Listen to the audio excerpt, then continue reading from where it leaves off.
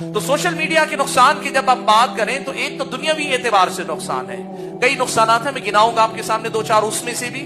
اور دوسری طرف میرے اور آپ کے دین و ایمان کا نقصان ہو رہا ہے، اور وہ کہاں سے؟ یہی دو دروازے، شہوات اور شبہات۔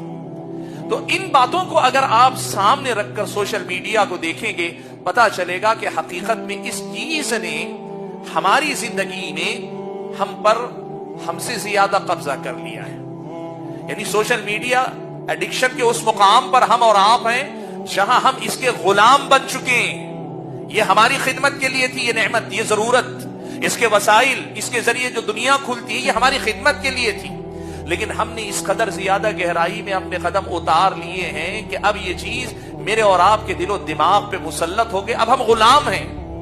اس قدر غلام ہیں کہ ہر تھوڑی دیر میں اگر موبائل اٹھا کے نہ دیکھ لیں، بے اختیار ہمارا ہاتھ جاتا ہے، بے اختیار ہم دیکھتے ہیں، اسٹیٹس دیکھ رہے ہیں، نیا میسج آیا ہے کیا دیکھ رہے ہیں، ہم جن کو فالو کر رہے ہیں ان میں سے کس نے کیا ریل ڈالی ہے وہ دیکھ رہے ہیں، کئی بار اچھی چیزوں کے لیے کس مولانا کے چینل پہ کون سا نیا لیکچر آیا ہے وہ دیکھ رہے ہیں۔ لیکن ایڈکشن کی اگر ہم بات کریں، سب سے بڑا مسئلہ یہ ہے کہ اس کے نقصانات زیادہ ہونے کے باوجود ہم اور آپ اس کے نشے کا شکار ہو چکے ہیں۔ سوشل میڈیا آج ایک نشہ ہے،